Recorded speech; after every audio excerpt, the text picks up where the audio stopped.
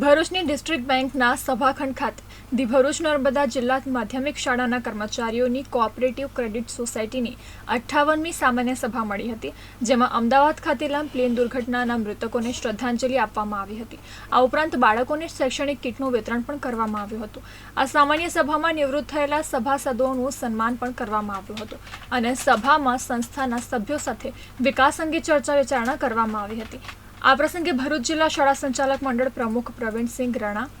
Kiritsinh Dhariya, Ajay Rana, district બેંકના director Ravindra Rana સહિત ગુજરાત રાજ્ય સહકારી સંઘ પ્રમુખ ઉપસ્થિત રહ્યા હતા. આજની વાર્ષિક સાધારણ સભામાં નિવૃત્ત થતા સભાસદશ્રીઓ, ભરૂચ અને નર્મદા જિલ્લાની ગ્રાન્ટેડ શાળામાં અભ્યાસ કરતા અનાથ બાળકોને કીટ વિતરણ કાર્યક્રમ તેમજ અમારી 58મી વાર્ષિક સાધારણ સભાનો કાર્ય આજરોજ કરવામાં આવ્યું,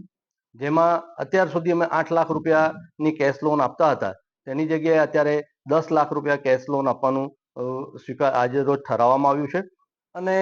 જુદી જુદી વિવિધ કર્મચારીઓના હિતલક્ષી કાર્યક્રમો યોજવાનું ઠરાવવામાં આવ્યું, જેમાં મેડિક્લેમ છે, ગ્રુપ મેડિક્લેમ છે, એ આજરોજ અમે શરૂ કરવા જઈ રહ્યા છે. અને સૌથી વિશેષ બાબત એ છે કે અમારી સાથે અમારા એમડી પ્રવીણસિંહ ડી રણા સાહેબ, જેમણે નવું વિદ્યાર્થીઓના હિતમાં બાળ ગોપાલ બેંક